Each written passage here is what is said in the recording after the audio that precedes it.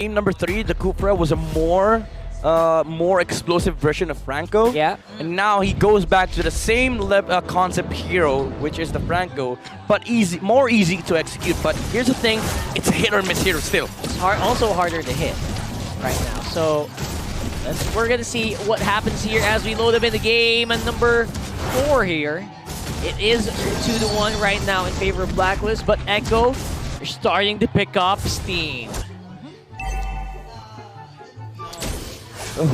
I mean, there's a lot of tenacity and wilderness blessings in this game, and of course the firmness. I like the adjustment as well from Benny QD with the firmness and the tenacity. You just need to survive these early game skirmishes because Blacklist does have like decent damage onto their side, and the way you win team fights here for Echo is just survive. You know, just constantly survive versus these heroes from Blacklist International, because you don't have that same level of sustain with the Promise now on Blacklist, because again they don't have it, and UA is playing Navaria, and you just need to deal more damage. This actually is a very sound strategy, I think, Midnight, right? Survive and survive until you can make that hook that gets you the win. Oh yeah. Let's see. We've said Kufra's more explosive, but in the hands of Yawi, things might change. Everything's explosive. Everything is explosive, Everything is basically, explosive right? for Blacklist. So, exploding damage, exploding crowd controls, and of course the Primal Wrath. And of course, exploding Tangier. Oh yeah, I mean that's already a given at this point, right? No matter what the picks are. So, that's a nice denial here. Okay. Small size of small stuff. It starts with small, and then it snowballs into something big, right? Yeah. So that's actually cool. It's the HOH, man. It's the house of highlights. Highlights, bro. Even small highlights like that, they add up. They pile up. You know? They pile up, yes. They do pile up. I agree. And now, the very first turtle is up for grabs. Blacklist are pulling it to their side with Carl Teasy. Oh! Happy to Oh, play out it. of nowhere! Sanford with a penalty zone. Edward answers right back Primal Wrath. with an Earth Primal Shatter. Wrath! And like the Primal Wrath, it's really hurting Echo right now. Sanford Carl Teasy is down in exchange for Edward. Sanji! Sanji! Nice play. Forward after Renegade. On the Renegade will Sanji. fall down 2-4-2. Yawi! Yawi with a flicker and bloody hunt to bring down Yue. Oh, I missed this. Somebody asked me yesterday, what do you want more? Yawi, Sanji, or JP Sanji? I said Sanji Yawi, man. These guys just have insane level of connection. Yeah, they have another reset from Yawi. You have that link, right? That mind link that, you know what, if this is happening, you do this. Yeah. They don't even need to talk, I feel like. They're just going straight at it. It's that killer instinct, you know? If you have Sensui for the instinct on Blacklist International, it's the Orca instinct. The killer instinct, both on Yawi and Sanji. They just know how to outclass and outplay any single opposition in front of them. Yeah, what we have to check though is the gold lane, because Oheb right now seems to be having some fun, especially with the Matilda with what Renegade is providing, which again, this is obviously a ticking time bomb, and I wonder if Yaoi's gonna try to affect this gold lane more. No, if he wants to, it's gonna be in 60 seconds, because you need that flicker against the Earth, especially with the movement speed that Oheb has alongside Quantum Charge Renegade. Oh, that's a very cute interaction. Apparently you can't hook him out. No one can stop the circling eagle. The circling eagle is casted. The Iron Hook won't connect. Yes, that's interesting. Okay. Very cute, very cute. It's been a while since we've seen a Franco in the first place. Yep. Oh, Sanji! Blacklist, they want to go after And Sanji. there you go. Oh, but Sanji has the circling eagle. Circling eagle casted. Oh! Oh, Sanji evaded 3 agents in the mid lane. How many outplays do you want? Yes! Yes. The outplay counter here in this game is going berserk. And we're not even 5 minutes in. It's only 4:11. Oh, go ahead. Okay, Renegade. Yeah, he's going to be missing out on the Astro Recall there. That was hella scary for Blacklist. For a second, I thought, okay, are you just diving, or is there a real game plan here? Mind games, mind games. Okay, mind The games. game plan is mind games for All right, I'll allow it. Very early Tikaras here for Edward as well. Going straight up into this dance that Sanford and Carl Teasy doing here. Yue doesn't really have that damage yet. Ouch. Now Echo still holding on to this turtle. Good zone coming in from Sanford. Will Blacklist contest Sensui just waiting for the right moment. Earth Shatter from Edward. Now I think Echo wants to go in Primal for it. Wrath. Primal Wrath will be casted as well as the Astral Echo. And look at that Blacklist. Whoa! Sensui with that Praiser's Wrath to bring down Sanford and Carl Teasy. Saji is the lone member of Echo in the Turtle Pit. He's still making a play. Saji's going in. Going in for Agent The Zero. push! One more hit onto Edward. Legend Zero's gonna evade that death. And Benny's being mangled on the bottom side as well! Blacklist are getting the map to themselves, and they also might get Turtle. Alright, so the answer is outplay the outplayers. And Edward, I was gonna say, you don't do that in front of an Edith. If you're an Echo and you deal damage to the Edith, you have to make sure that there's no response coming out from Blacklist, because if you don't and they re-engage, you're just giving damage to the Edith. That was actually so good because Edward walked into a bush and then Sensui was waiting. Ready with an energy eruption. He baited it out. Oh, Echo, again, these are the shot call woes that we've seen from day number 1. They need to be really careful with these plays that they're making, because they have to make sure that the response is not there. Now Blacklist, if you notice, they're not actually going for the Uber play. They're dividing themselves to conquer Echo. There was a top play to get that turtle and a bottom lane play for Blacklist to get this bottom lane turret. And now, despite Yaoi's entrance in the series, Blacklist remains unbothered. Alright, so it's all gonna be up to that classic Franco play. You don't need to hit all the hooks. Just make the hook that counts. Keep in mind that we as Filipino casters have called Franco once upon a time a walking win condition. The walking win condition. He is literally a walking win condition. No matter what happens. No matter what happens, if you're able to land your ult onto the right target, still have a chance. Ooh, Sensui. Praiser's Wrath. Now Astral Echo casted as well. Earth Shatter coming in from Edward. But it looks like Sensui's the first man down. And now Edward gagged up by 4 members of Echo. Echo answers right back. Oh, Renegade! Beautiful collapse right now. Oh, Renegade. Oh, turn apart memory's not going to be enough. Now Oheb trying to zone out Echo. That was 2 members down for Blacklist. No trade for them. Alright, this time around Echo made sure that there's no response, because 5 players grouped up towards that side of the map, and they saw, they saw the Irithel in the middle of them moving towards the top lane as well, but they just had the timing. Like the window was enough for them to actually take out Sensui. That was an excellent collapse there for Echo. Like Definitely. they put it in the place where there was no way that Blacklist could respond there. Now Yaoi and the Carl TZ gets the very first turtle for their side. 1-for-1 now.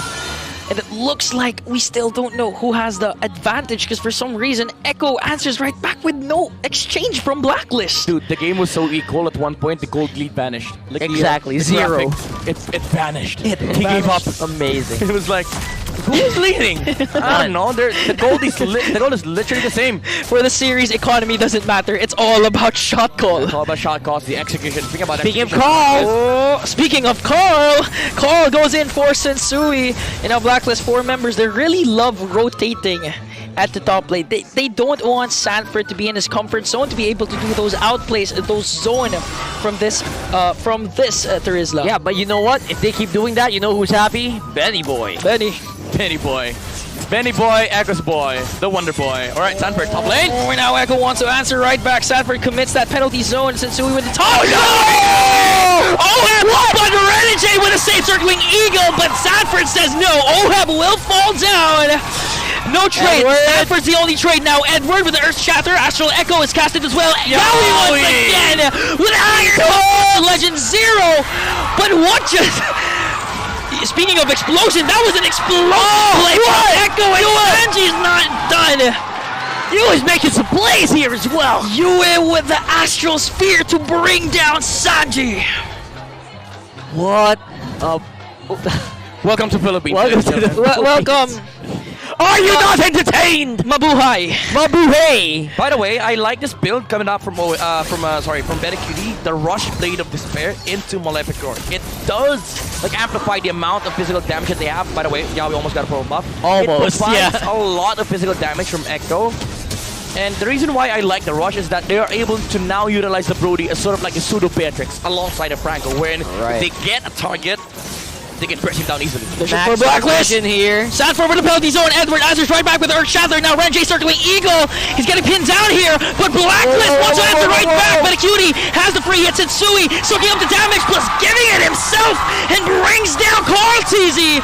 No retry for the Orcas. Mission successful for the agents. They take out the retribution of Echo, and that will be securing that first Lord of the game. Well, whenever Echo is not able to use like the spells that they have, and they let Blacklist International run them down, I'll just have you I'll remind you that Blacklist has 2 marksmen, and that's the reason why Carl TZ melted so fast. They are in front of the Irithel and the the Edith. Primal Wrath, bro. That's just what happens. 2 marksmen. 2 marksmen. The trust of Sensui. Sensui keeps diving for Blacklist, and there's a major objective. The Lord is there, up for the grabs, but still Sensui knows his team. No Blacklist can bounce back from this, can deal out the damage, commits, soaks up the damage, and Blacklist got the Lord. Yeah, that was a very nice close-up there. Yep. I was a little surprised. We asked Lord Blacklist count. International earlier where the damage is coming from. Eder was like, Yeah. hold my phone. Hold my phone, bro. I mean, hold the other phone because I'm playing. Let's go. So we're gonna have to see if Echo can defend, because this is gonna be crucial, right?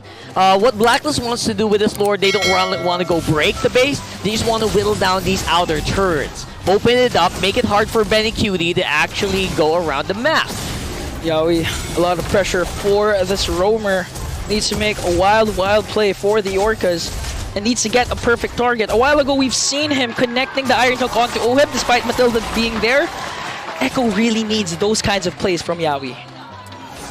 Have to find that flicker into Bloody Hunt onto the right target. Problem is, you're also playing a Franco against an Edith, wherein he can just completely deny you the opportunity of jumping in. And of course, your damage going onto the front lines of Blacklist, it's still the Edith, and Edward enjoys receiving those damage, especially with the Antikyras, the Radiant Armor into the Dominance Eyes. Yeah. Maybe going for the Stardom Sight on the next item, but it does provide another layer of problem for Echo, because it's not just the Irithel now, it's also the Edith that is dealing damage for Blacklist International. And the later, as the game goes later, the Novaria factor of Yue now getting all the information in the world, not allowing Echo to have a play outside of the Lord timing. That's actually very true, Midnight, because most of the time you see Edward, he's like going up front and it's like he's saying, guys, hit me, I'm right here. I can activate Primal Wrath if you do that. You're gonna reduce your attack because of Anti-Caress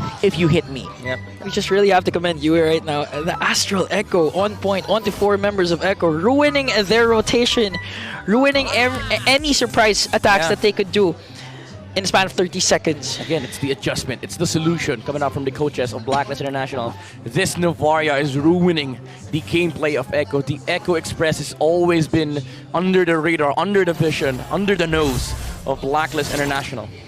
Yeah, loving so far what Yue is doing, but at the same time, it's very commendable that Echo are still holding on this much of the map. They're not being forced back into their base because of the control of Blacklist. That means they can still contest this Lord. Yeah. The thing about this game is that they don't have like good end-game conditions. It has to come down to Lord dances and of course insane base pushes and base dives. But when it comes to objectives, they have the opportunity here for Blacklist to slowly take this one out because of the presence of the Novaria. What else can you expect from the 2 teams? Basically the pioneers, the epitomes of Lord dances. Alright. And now 18,000 HP for this Echo, Lord. by the way, look for it, the ultimate from the Novaria. Oh, it's a good seal. Team play. Who is he gonna get? Oh, I think it's gonna be on to Renji, but Renji has the circling eagle now. Pacers left coming in from Setsui. Yaoi is down. Blacklist is still alive. Sanford is down as well. Very cutie. No more. It's a wipeout. It's a wipeout. Agents, ladies and gentlemen, Blacklist breaking the odds and breaking the code. Echo, they wanted to go for the Irithel, they didn't have the distance. Yaoi flickering short of the Irithel. And Blacklist capitalizes, but Sanford recovering for Echo, but at the end of the day, it wasn't really enough. As Insui and Yue still has the right damage to take out the remaining heroes on the side of Echo, and now they get the Lord. They got it. They got that crucial Lord. And I wasn't really expecting Carl TZ to go down, but And in the end, they actually went to Yaoi first. They recognized that this guy's just a headache for us. We gotta take him out right away. Imagine for the whole 2023, Blacklist had a hard time dealing with Echo to the point that their very first series win for 2023 was actually the second day of the playoff. But this time, this is a different kind of Blacklist. I mean, they wiped out Echo, and this is the main 5, the M4 world champions. Now Blacklist has the Ice Queen 1 complete as well from UA with the Astral Echo. Echo is going to be... With the Astral Echo, the team, is going to be hella slowed. And that is going to happen inside the base. And they have resets here. They have the Immortality and Renegade. None on Edward, however, but they have the HPs. Look at the HP from Zensu and Edward. These are thick HPs. Blacklist, they're knocking on the doors of Echo here. Obviously, they can't break down straight to the base just yet. But it is a start that they're looking for. They opened up that big inhibitor turret on the top side. They're taking it slow. Taking it slow. Here comes the Starling side and Wind of Nature right on time. Yep, another layer of problem for Echo. Slow and steady for Blacklist. Getting down an inhibitor turret in the top lane. Two waves, yeah, 2 waves. They can go for the bottom lane. Bottom lane will eventually fall down. Look at Astral Echo from UA. That's 4 members again. Chill. Okay, Blacklist is chilling now. They're chilling. They don't want to take anything. No unnecessary movements. Wait for the next Lord. We have better Lord control because, again, of the presence of the Astral Echo. Do keep in mind, Echo had the initiation first when they went in to bite the Irithel. Unfortunately, the distance was short and they used the conceal. Next time around, Blacklist International will be prepared for that play. Somebody will have their eyes set onto that top side of the map, and it's unfortunate for Echo that the Lord is spawning once again in that area. Echo. In a span of 50 seconds, they need to make a play. Call it desperate. They need to find a pick-off, because going head-to-head, Lord dances against Blacklist, they're having a hard time. Although this is Carl TZ, Blacklist were able to punish them, and with the economy blowing up for Blacklist side, it's really hard for Echo if they don't make a play. Yeah, by the way, welcome to the Novaria City. That's right. Echo will have to dodge these Star Shutters coming out from UA with the Impure Rage, Lightning Truncheon procs, that is max damage, additional layer of 1000 magic damage per hit. Add to that, the Divine Glaive. The Divine Glaive, once it goes up, once you get that full item Novaria, you can build up all the magic damage you want. You're still gonna get scratched. Lord spawning gives me chills because this might be the potential game-ending Lord. Either way, even if it goes to Echo or Black, this Lord will be huge. Yeah, they have resets on Blacklist, by the way. Immortalities are up. Of course, all skills are up as well on the other side for Echo. Now, Sanji is who's gonna make the first move? First move activated. Oh, now conceal. Edward disrupts them, but look at Yaoi going right after Yue and hooks him once again. Penalty zone in. Body slowly falling down for Black. Yue is gone, but in exchange for Yaoi, now Sensui, Edward doing everything they can to make the agent proud. Better cutie into the midst of everything will be taunted down and bursted down as well. Sadly, the Lord will be taken down by Blacklist. Ladies and gentlemen, the world stage is set. We have our Philippine representatives. Blacklist, break the code.